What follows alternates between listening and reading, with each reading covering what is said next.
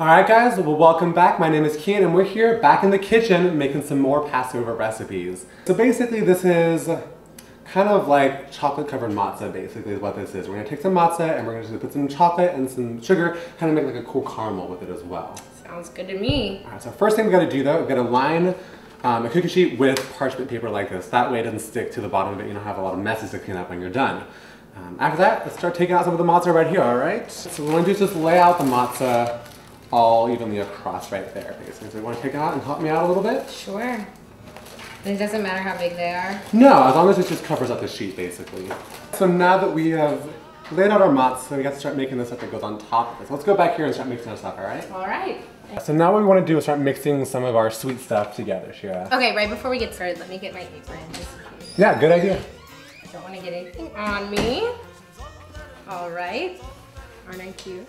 Awesome. So what we want to do now is start mixing together some of our sugars. We're going to take about a cup of brown sugar specifically. Just take about a cup of this to try to make it as even as possible.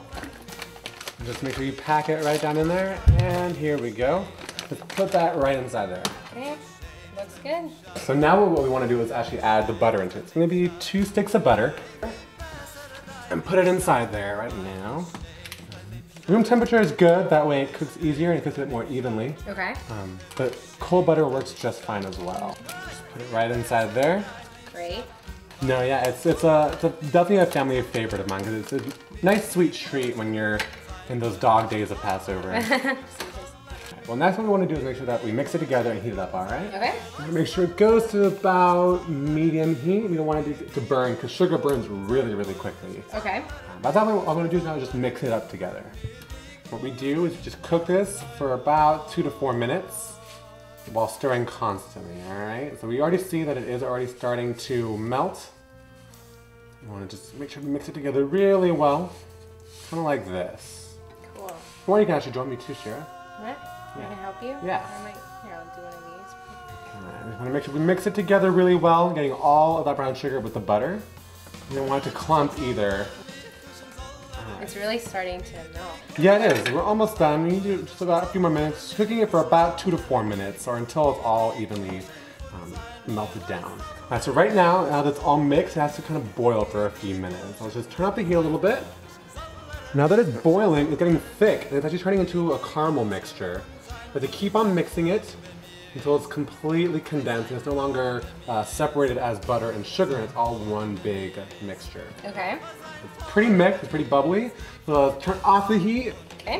And take it straight over to pour it right on top of the matzah. Oh wow. Alright, awesome. Alright, well now what we're going to do is just take this, now that it's all caramely, and pour it all on top of the matzah now. So let's just go. Yeah, you're going to do that, and I'm just going to, keep pouring. There you go, and we can spread it out in a minute. There we go. This is going to be delicious. Alright, so now we're going to put this straight on inside the oven. Okay. Now it's preheated to 375 degrees. Once it's in there, you close it and immediately lower it down to 350.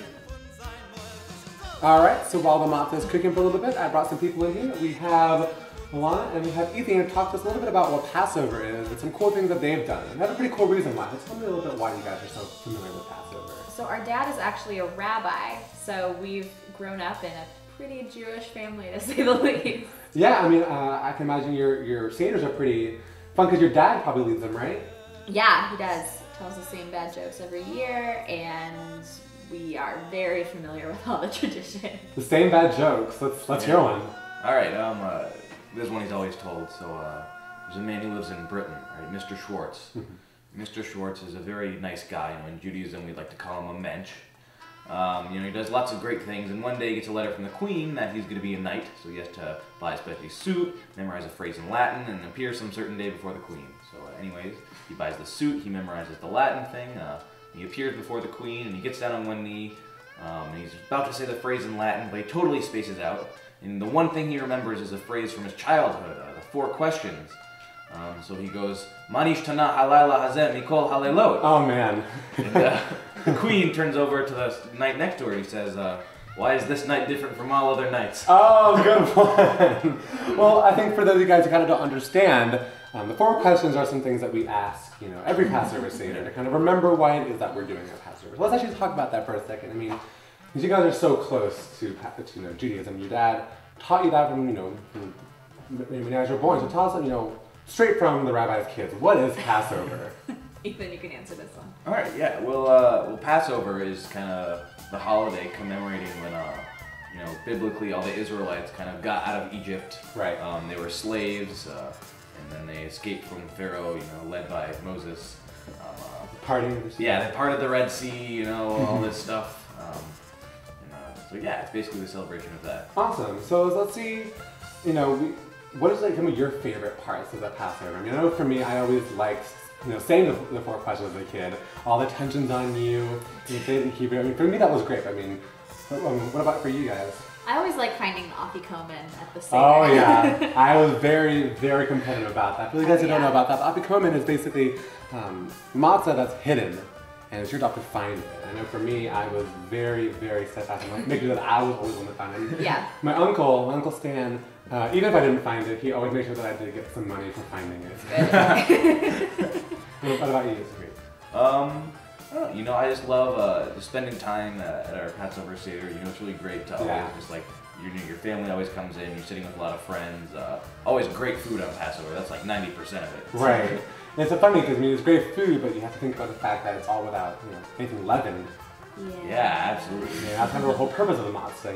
When as the slaves were leaving, they realized they forgot to, they didn't have time to put in anything to make it leaven, so no yeast. So then now for us, it's our job to kind of commemorate that through making sure that we eat this matzah. And speaking of, I think ours should be pretty ready right around now. So go take a look, right? Yeah. All right. Alright, well now it looks like it's ready, let's take it out. Looks good. Oh yeah, that's definitely it. Oh, perfect. Alright, but now that it's all good, we want to make sure that we just sprinkle some chocolate on top of it. So kind of just like this. Actually, let's do this here, let's put some in your hand and we'll just throw it together and make sure we get some good coverage down. Alright. You want to start going?